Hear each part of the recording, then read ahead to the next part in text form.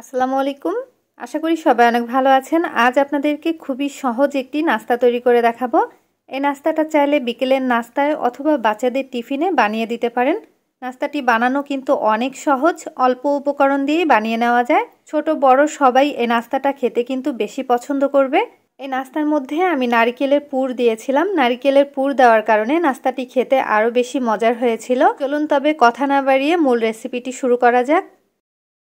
নাস্তাটি বানানোর জন্য প্রথমে আমি একটা ডো মেখে নিব। তো এখানে নিয়ে নিলাম 1 কাপ পরিমাণ আটা, 1 টেবিল চামচ গুঁড়া দুধ, হাফ চা চামচ লবণ। এখন গুঁড়া দুধ আর লবণটা আটার সাথে খুব ভালো মতো মিশিয়ে নিচ্ছি। আর মেশানো হয়ে গেলে হালকা উষ্ণ গরম পানি দিয়ে একটা ডো মেখে নিব। আর এই গরম পানিটা কিন্তু অল্প অল্প করে মিশিয়ে নিতে হবে। এখানে আপনারা আটার পরিবর্তে চাইলে কিন্তু ময়দা দিয়েও বানাতে পারবেন, তবে ঘরে আটা থাকলে আটা দিয়েও বানানো যাবে। আর এই ডোটা কিন্তু একটু সফট করেই মেখে নিতে হবে। ডোটা কিন্তু মেখে নেওয়া হয়ে গেছে। এবার এই ডোয়ের উপরে আমি সামান্য পরিমাণ তেল মেখে নিব। তো এখানে আমি 1 চা চামচের মতো তেল দিয়ে তেলটা ভালো মতো লাগিয়ে নিলাম। এবার ঢাকনা দিয়ে ঢেকে প্রায় 30 মিনিট একটা সাইডে রেখে দিব। আর এই 30 মিনিটের মধ্যে আমি পুরটা তৈরি করে নিচ্ছি। পুর তৈরি করার জন্য এখানে 1/3 কাপ পরিমাণ দিয়ে দিলাম চালের গুঁড়া। এই চালের গুঁড়াটা কিছুক্ষণ নেড়েচেড়ে ভেজে নিব। চালের গুঁড়াটা কিন্তু একটু ভেজে নিতে হবে যাতে চালের গুঁড়ার কাঁচা গন্ধটা না থাকে। যখন চালের গুঁড়াটা ভাজা হয়ে যাবে তখন দিয়ে দিলাম হাফ কাপ পরিমাণ নারকেল কুড়া, 2 টেবিল চামচ পরিমাণ চিনি, সামান্য পরিমাণ লবণ। এখন এই সব কিছু ভালো মতো নেড়ে আরেকবার মিশিয়ে নিচ্ছি। মেশানো হয়ে গেছে। এখন এর মধ্যে আমি অল্প পরিমাণে দিয়ে দিব পানি।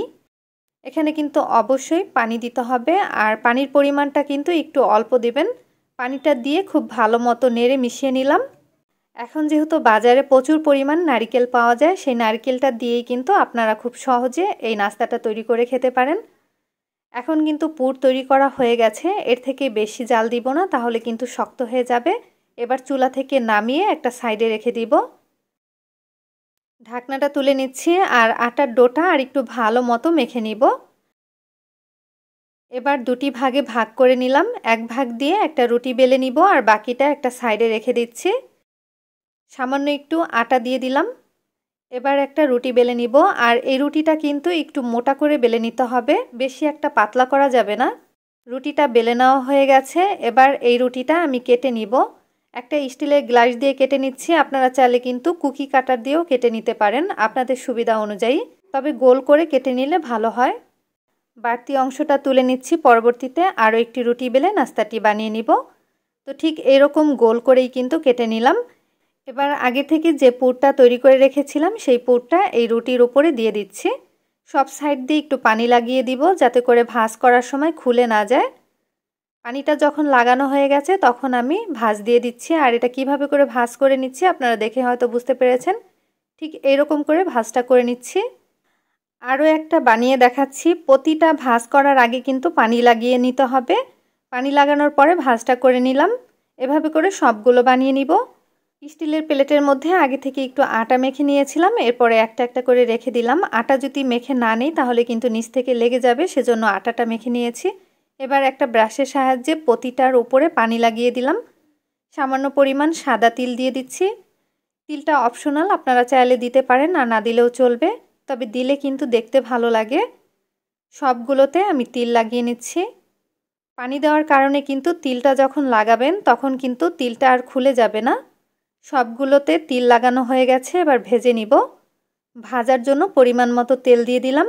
তেলটা যখন হালকা গরম হয়ে গেছে তখন একটা একটা করে দিয়ে দিচ্ছি। আর ইস্ট দিয়ে যে কোনো খাবার ভাজার আগে তেলটা কিন্তু হালকা গরম করে নেবেন, কারণ অতিরিক্ত গরম তেলে দিলে কিন্তু খুব দ্রুত কালার চলে আসবে আর পুড়ে যেতে পারে। এক পাশ যখন একটু হয়ে যাবে তখন উল্টে দিচ্ছি। আর এভাবে করেই কিন্তু হালকা গরম তেলে এগুলো ভেজে নিতে হবে। সব সাইডগুলো একটু ভালো মতো ভেজে নিচ্ছি। এভাবে ঘুরিয়ে ঘুরিয়ে ভেজে নিতে হবে।